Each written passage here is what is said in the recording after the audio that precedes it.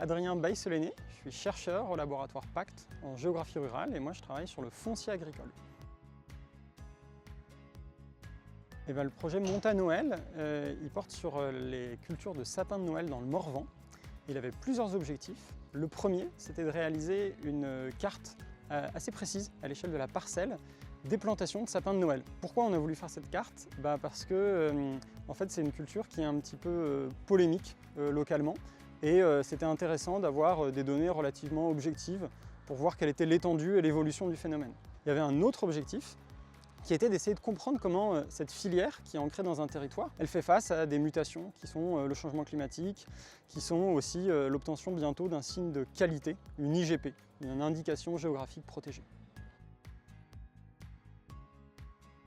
Le Morvan, en fait, c'est un massif de moyenne montagne. La moitié du territoire, en gros, est couverte de forêts, une petite moitié couverte de zones agricoles, et c'est une zone qui est très faiblement peuplée. On a regardé sur des photographies aériennes où étaient situées les plantations de sapins de Noël. Puis on a fait des vérifications in situ, donc sur place. On a aussi utilisé des vues latérales de Google Street View.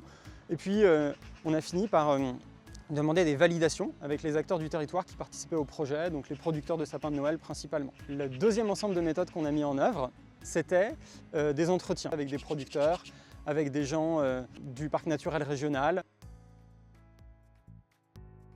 On a un territoire de montagne, qui est plutôt un territoire de montagne assez basse, mais plutôt au nord du territoire français, mais qui commence à se rendre compte des impacts du changement climatique. Dans le Morvan, la question des feux de forêt, ça n'avait jamais été un enjeu de territoire, et ça commence petit à petit à le devenir. Le Morvan, ça apparaît comme une moyenne montagne, où on a un sentiment montagnard qui est probablement moins fort que dans les Alpes. Néanmoins, il y a des questions d'accessibilité et de faible accessibilité qui montrent bien qu'on est dans un contexte assez spécifique.